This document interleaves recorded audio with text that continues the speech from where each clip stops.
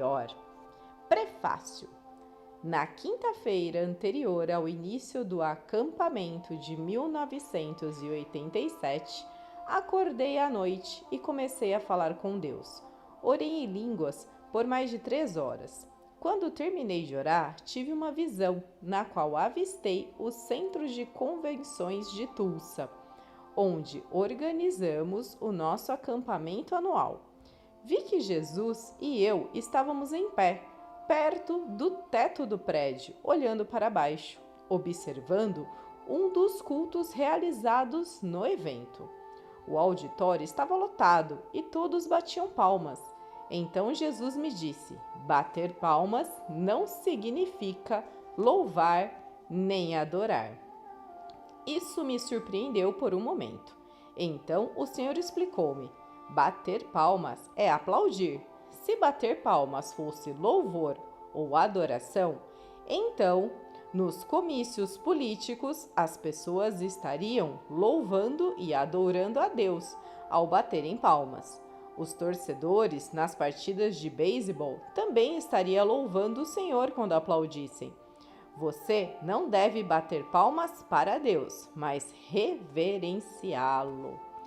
Então o Senhor me disse: vocês já foram tão longe quanto podem espiritualmente, nas circunstâncias presentes.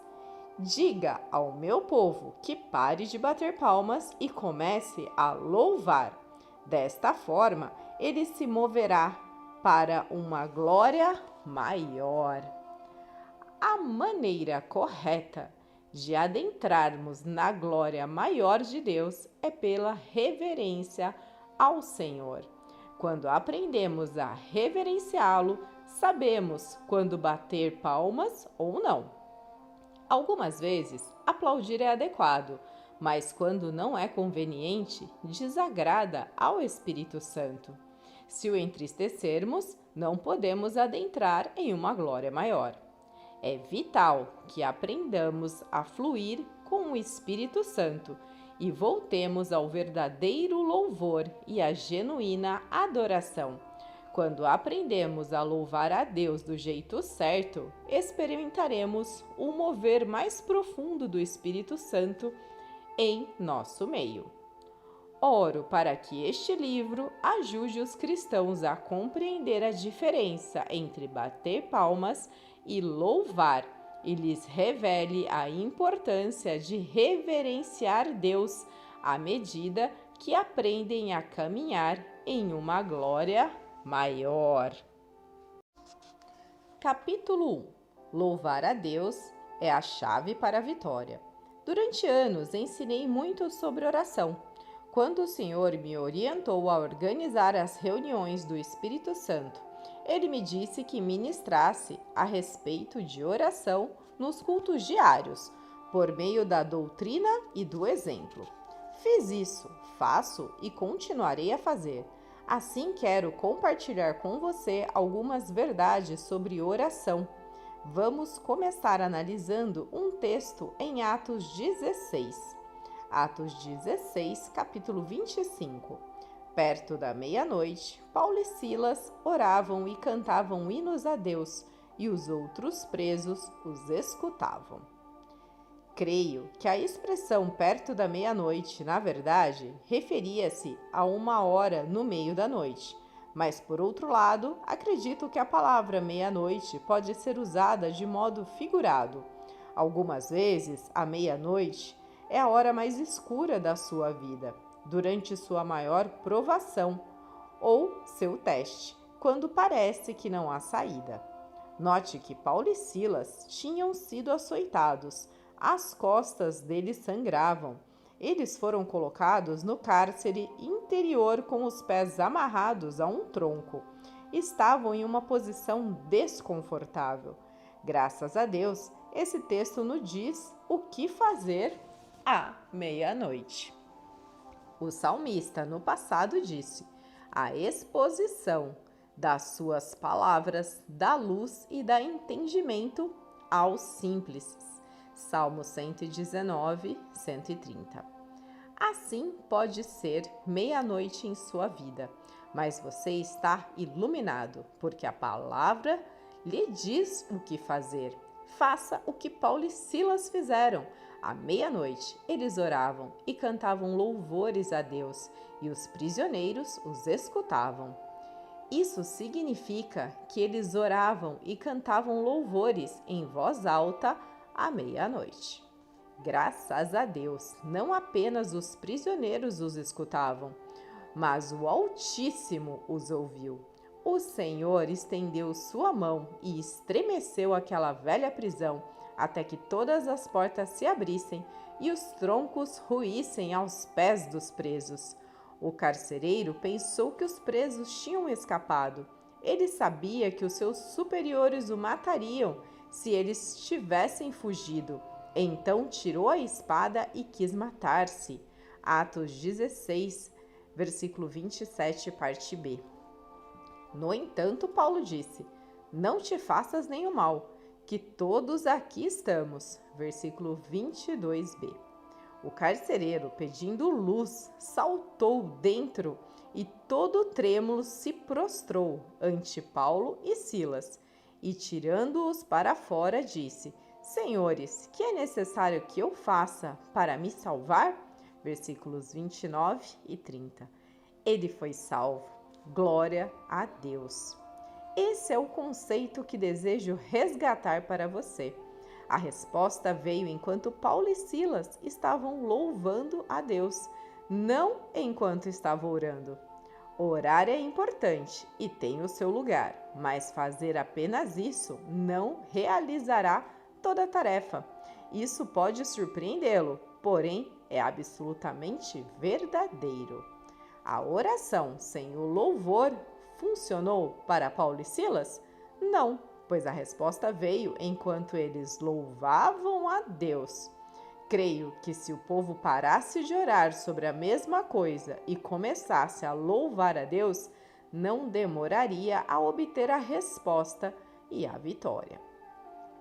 A resposta vem quando você louva a Deus. Há muitos anos, em março de 1945, para ser mais exato, realizei uma reunião em Overton, Texas. O comércio do petróleo estava em expansão naquela época. Eu estava hospedado na casa do pastor, para o qual organizei a reunião. Certo dia, ele e a esposa e eu fomos almoçar na casa de um dos membros de sua congregação. Estávamos sentados à mesa, conversando, e a senhora que nos convidou para o almoço disse: Irmão Reagan, algo me aconteceu há 8 anos e eu ainda não havia entendido, mas depois de ouvi-lo ensinar e pregar, consegui compreender algumas coisas. Ela me contou que sofria de asma. A maior cidade perto de Overton é Tyler, onde ficava localizado o seu médico. Ele a encaminhou a um especialista na Louisiana e depois finalmente a um clínico renomado em Dallas. A senhora contou: meu marido exercia um cargo de responsabilidade em uma das companhias de petróleo. Ele gastou $10.000 comigo, mas não melhorei. Aquela era a época da Grande Depressão e o dinheiro não valia o mesmo que agora. Atualmente, $10.000 talvez não seja muito, mas naquele tempo era o equivalente a $150.000 de hoje. Ela continuou: vários ministros vieram aqui e organizaram reuniões de avivamento em nossa igreja. Quando alguém ia orar pelos doentes, eu ficava na fila de oração pela cura. Até o irmão Raymond Hickey montou sua tenda aqui no leste do Texas. Consegui uma senha e finalmente entrei na fila. Ele me ungiu com óleo e começou a orar. Então ele parou, olhou para mim e disse: já oraram por você muitas e muitas vezes, não é? Oh, sim, respondeu ela. O irmão Hickey retrucou: não vou orar por você. Será que você fará o que eu lhe disser? Ela falou: eu farei se for possível. Sabe, todo mundo está procurando alguma coisa fácil. Ele garantiu: bem, isso é fácil. Todas as vezes que você pensar nisso, apenas louve a Deus pela sua cura. Mas eu ainda não estou curada, disse ela. Em outras palavras, ela estava dizendo: como posso louvar a Deus por algo que não tenho? Ainda não estou curada. Então o irmão Hickey perguntou-lhe: você pode louvar a Deus pela palavra? Sim, posso louvar a Deus pela palavra, respondeu ela. Ele continuou: em Mateus 8,17b está escrito que Jesus tomou para si as nossas enfermidades e levou as nossas doenças.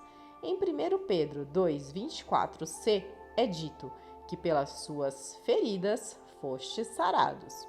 Ela disse: sim, sei que esses textos estão na Bíblia.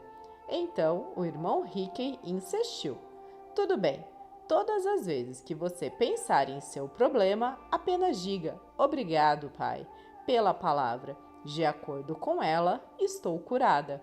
Você consegue fazer isso? Aquela mulher respondeu: sim, vou fazer. A senhora continuou contando: comecei a envolver-me com louvor a Deus. Eu o louvava enquanto preparava o café da manhã, ao levar meu marido para o trabalho e as crianças para a escola. Exaltava-o arrumando a casa, limpando. Todas as vezes que pensava em meu problema, enaltecia o Senhor pela palavra.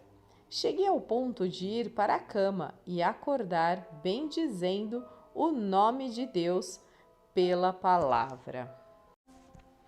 Então, um dia eu disse ao meu marido: você sabe que já faz tanto tempo que não tenho um ataque de asma que nem me lembro quando foi?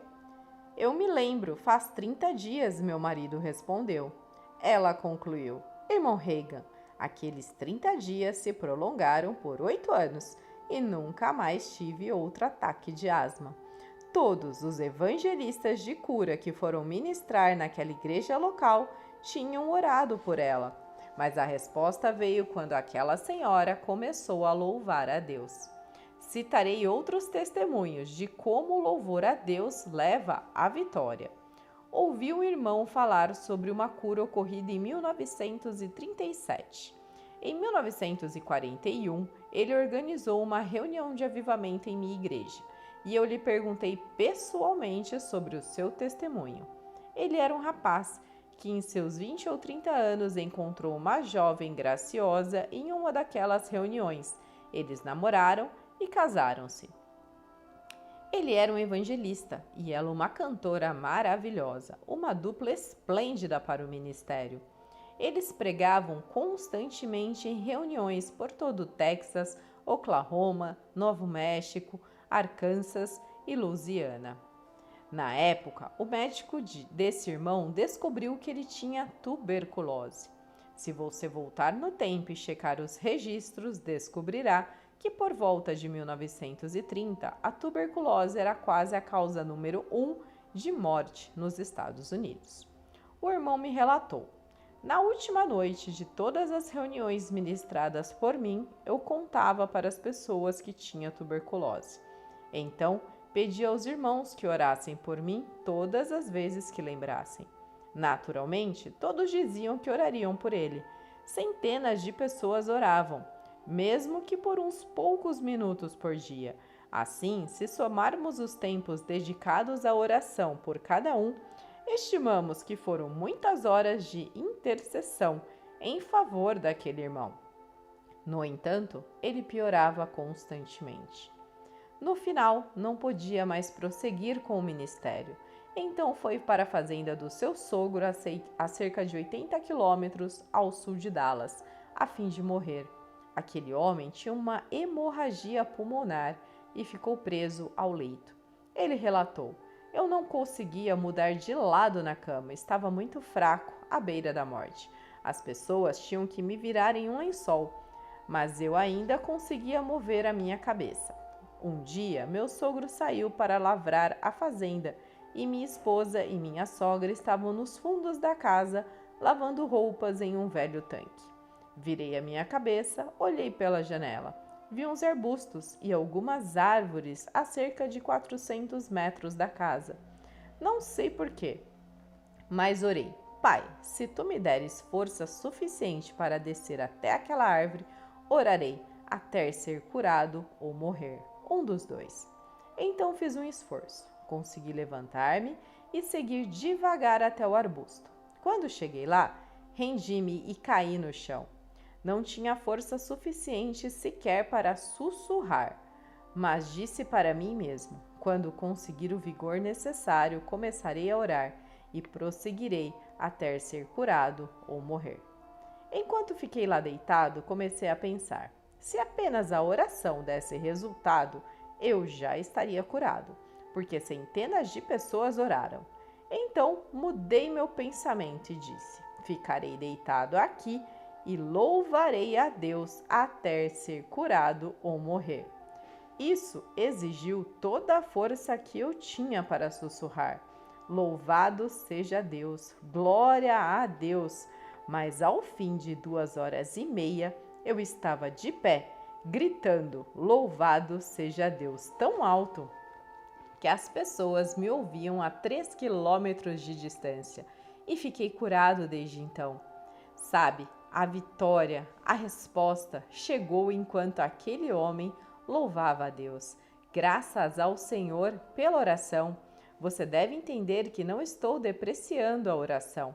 Espero que perceba em qual aspecto temos falhado e nos limitado. Lembre-se de que a resposta veio para Paulo e Silas, para a mulher com asma e para seu irmão, enquanto eles estavam louvando a Deus. Dedique o mesmo tempo para orar e louvar. Em sua maioria, as pessoas oram bastante, mas o quanto elas louvam?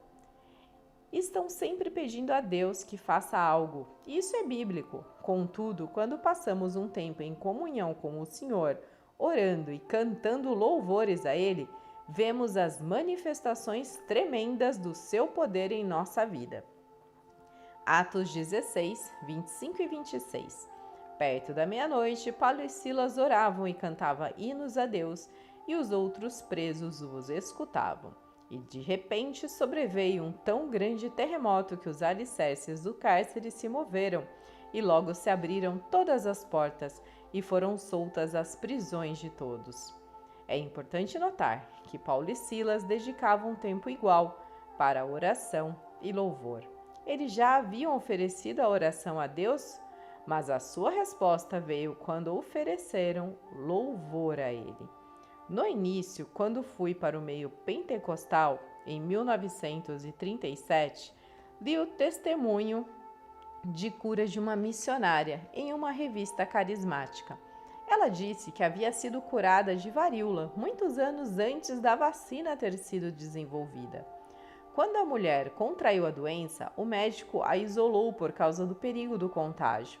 Ele não queria que a enfermidade se propagasse. A missionária revelou em seu testemunho que, enquanto esteve isolada, orou, e o Senhor lhe deu uma visão. Nela, viu uma balança daquelas antigas, em que usavam pesos. Do lado em que estava escrito oração, o prato pendia para baixo. Do outro se lia louvor, e havia tão pouco peso que o prato estava suspenso. Então o Senhor lhe falou: quando o seu louvor equivaler às suas orações, você será curada. Assim, durante 2 dias e 2 noites, tudo o que ela fez foi louvar a Deus e ficou completamente restabelecida. Todos os sintomas da doença desapareceram quando os louvores equivaleram às orações daquela mulher. Louvar o Senhor cria a atmosfera para o Espírito Santo operar. Perdemos muitas bênçãos de Deus porque não dedicamos tempo para adorar. Creio que existe uma relação íntima entre ministrar louvor ao Senhor e receber dele. Adorar o Senhor cria uma atmosfera para o Espírito Santo operar. Quando aprendemos a erguer nossa voz de louvor ao Senhor, o seu poder se manifestará em nossa vida. Há anos ouvi uma superintendente geral de uma igreja pentecostal explicar como ele havia aprendido sobre a importância do louvor. Quando tinha 17 anos, ele foi a certa cidade do Oeste para organizar reuniões com jovens sobre avivamento. O pastor havia sido chamado para pregar em um funeral em uma igreja que ele pastoreava antes. Ele tinha de dirigir para chegar lá e por isso podia voltar no mesmo dia. Durante a noite, um dos membros da igreja do pastor o chamou porque sua criancinha estava com febre alta, havia tido convulsões. Então a esposa do pastor despertou o jovem ministro que estava hospedado na casa pastoral com a família do pastor e eles foram orar pela criança. O superintendente contou: várias outras pessoas tinham ido orar pela criança, mas olhavam para mim, pois eu era o único pregador presente. Então ungi a criancinha com óleo, impus as mãos sobre ela, orei e repreendi o diabo. Fiz tudo o que tinha visto os outros pregadores fazerem, mas a criança não melhorou. Depois de um tempo, a esposa do pastor começou a louvar a Deus. Um a um, uniu-nos para adorar o Senhor. As convulsões pararam. Mais tarde, enquanto conversávamos, a criança começou a ter outro espasmo. O processo foi repetido. Ungi-a com óleo, impus as mãos sobre ela, orei e repreendi o diabo.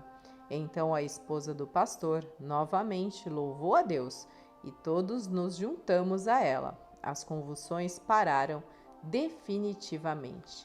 Note que a resposta veio enquanto todos estavam bendizendo o Senhor, porque esse é o tipo de atmosfera na qual o Espírito Santo se move.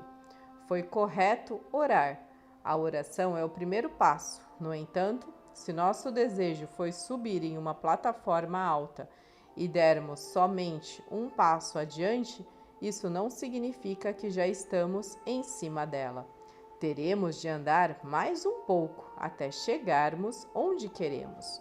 O exemplo de Paulo e Silas, que oravam e cantavam louvores a Deus à meia-noite, não está na Bíblia simplesmente para embelezar a história, mas para informar-nos e mostrar-nos como conquistar a vitória. Como aprendi sobre o poder do louvor? Provavelmente você já ouviu sobre o meu testemunho de cura. Fiquei no leito durante 16 meses e levaria esse tempo para lhe contar tudo o que aconteceu. Então, mencionarei apenas a parte pertinente ao que estou tratando neste capítulo, como obter a vitória pelo louvor. Desde a época em que o Senhor me levou a ensinar sobre fé, sempre enfatizei o fato de que agi por fé, depois de meditar no texto de Marcos, capítulo 11, versículos 23 e 24. Porque em verdade vos digo que qualquer que disser a este monte, erga-te e lança-te no mar, e não duvidar em seu coração, mas crer que se fará aquilo que diz, tudo o que lhe disser será feito. Por isso vos digo que tudo o que pedistes orando, crede que o recebereis e tê-lo-eis. Embora estivesse preso ao leito durante 16 meses e os melhores médicos da América tivessem dito que eu iria morrer de uma forma ou de outra, eu tinha uma convicção interior de que a minha resposta estava naqueles versículos. Meu avô não era rico, mas possuía algumas propriedades. Ele inquiriu sobre a possibilidade de colocar-me no trem e enviar-me para uma grande clínica em Mayo, Rochester, Minnesota, a fim de ver se lá obteria ajuda. A clínica Mayo informou que um dos profissionais que assistiam ao meu caso era o cirurgião número 1, um dos mais proeminentes médicos do mundo. Ele ia à clínica todos os anos para ensinar diferentes técnicas cirúrgicas. Contudo, relataram que ele comentou que, pelos registros médicos, pessoa alguma em situação semelhante à minha havia sobrevivido até os 16 anos. 4 meses antes de completar essa idade, fiquei totalmente preso ao leito. Eu estava indo pelo caminho que os médicos previam. Graças a Deus, nasci de novo e o Espírito Santo veio viver dentro de mim. Ele me dirigia, mas a princípio eu não sabia disso. eu não sabia que podemos ouvi-lo. Em 8 de agosto de 1934, menos de 2 semanas antes do meu aniversário, eu estava tão debilitado que minha mãe, quando foi dar banho em mim, escorou-me entre 2 travesseiros grandes, com a Bíblia na minha frente, aberta em Marcos, capítulo 11, versículos 23 e 24. Li os versículos novamente e meditei neles. Então disse: Senhor Jesus, quando tu enviaste na terra, disseste: tudo o que pedistes orando, crere que o recebereis. Bem, eu desejo ser curado. Orei e creio. Então, em tom manso e humilde, sem qualquer arrogância, continuei: Senhor, se tu estivesses aqui em carne, estendesses as mãos para mim e tomasses as minhas mãos nas suas, se olhasses em meu rosto e dissesses: Filho, seu problema é que você não crê, eu diria: Querido Senhor Jesus, não é verdade. Eu realmente creio. Quando eu disse isso em voz alta no quarto, estava sozinho. Dentro de mim, no meu espírito, ouvi estas palavras: Você crê até aonde conhece. Em João 16, Jesus falou acerca do Espírito Santo. Mas quando vier aquele Espírito da verdade, ele vos guiará em toda a verdade, porque não falará de si mesmo, mas dirá tudo o que tiver ouvido e vos anunciará o que há de vir. Versículo 13. Assim, graças a Deus, ele fala, não é? O Espírito Santo não disse: seu problema é que você não crê, mas você crê até onde conhece. Isso significa que eu não sabia o suficiente. Atente para o fato de que a fé está fundamentada no conhecimento da palavra de Deus. Quanto mais você conhecer as Escrituras, mais fé possuirá. Assim, aquela mesma voz suave do Espírito Santo continuou a dizer: você crê até onde conhece. Contudo, há uma condição para o cumprimento da promessa. Então, ele mencionou a última parte do versículo 24. Observe que me havia concentrado apenas no trecho. Tudo o que pedirdes, orando, crede que o recebereis. No entanto, o Espírito Santo me fez lembrar da última parte. E tê-lo-eis. Então eu vi, não com meus olhos naturais, o que tinha deixado passar. Eu havia tentado ser curado primeiro, para depois crer. A Bíblia diz que você precisa crer em tudo o que pedir em oração, a fim de receber aquilo para que orou. Se for cura que deseja, ou ao orar, creia que a recebeu, e assim será. Se pedir algo relativo a finanças, quando orar, creia que recebeu e terá os recursos financeiros. Foi dessa forma que percebi que tinha de fazer quando ainda estava deitado e não podia mover-me, enquanto ainda não tinha dado um passo. Da minha cintura para baixo, estava paralisado. Podia ver que possuía um corpo, mas não conseguia senti-lo. Contudo, enquanto estava deitado, cria que já havia recebido a cura. Embora meu coração ainda batesse descompensado como um carro com problema no cilindro, devia acreditar que havia recebido a cura do coração deformado e da doença incurável do sangue, problemas que os médicos disseram que eu tinha. Eu sabia que não demoraria muito, mas disse: creio que recebi a minha cura. Contudo, se permanecer deitado nessa cama por 50 anos a partir de agora, ainda estarei falando e crendo na mesma coisa. O louvor é uma expressão de sua fé. Já contei essa parte do meu testemunho inúmeras vezes. Entretanto, ao ensinar sobre a oração, fui lembrado pelo Espírito Santo de algo. Na mesma época, enquanto eu dava os passos que acabei de narrar, senti uma urgência interior de louvar o Senhor. Aos 16 anos de idade, nunca tinha ouvido alguém dizer louvado seja o Senhor ou glória a Deus. Jamais escutar alguém exclamar aleluia ou qualquer outra expressão de adoração. Tudo o que eu tinha ouvido era um amém, ao fim de uma oração. O pastor, antes de pregar, podia orar ou chamar um dos seus diáconos para fazer isso, mas não havia quem dissesse outra coisa a não ser amém, ao fim do clamor. Era tudo o que eu ouvia. Eu tinha estado na igreja a minha vida toda, dizendo amém, sem louvar a Deus. Contudo, senti pressa para louvá-lo. Você pode não saber, mas o Espírito Santo sempre o dirigirá e o guiará de acordo com a palavra. Certamente eu não sabia, mas o Espírito de Deus sabe que a oração e o louvor seguem juntos. Ele sabe que a oração não será eficaz sem o louvor. Percebi que de alguma coisa dentro de mim me impedia a bendizer o Senhor. Então fiz isso. Comecei a dizer alto: louva o Senhor, aleluia, glória a Deus, obrigado, Jesus. Soou estranho para mim, porque eu nunca tinha ouvido alguém dizer coisas como essas.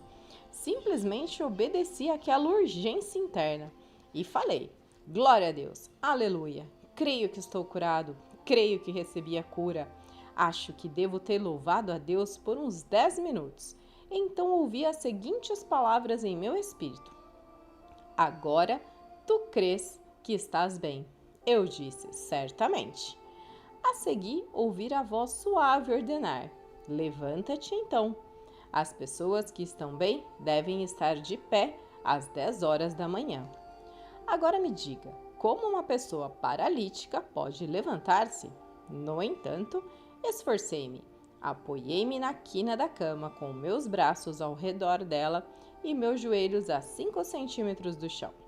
Falei: quero anunciar, na presença de Deus Todo-Poderoso, do Senhor Jesus Cristo e do Espírito Santo, e chamar o diabo e todos os espíritos demoníacos para registrarem que, de acordo com a palavra de Deus, creio que recebi a cura. Então senti algo atingir-me no alto da cabeça. Era como se alguém estivesse derramado mel morno sobre mim. Podia sentir aquilo em minha cabeça escorrendo pelo meu rosto, descendo pelos braços, pelas mãos até a cintura. Da cintura para baixo eu nada sentia, mas estava começando a ter alguma sensação nas pernas.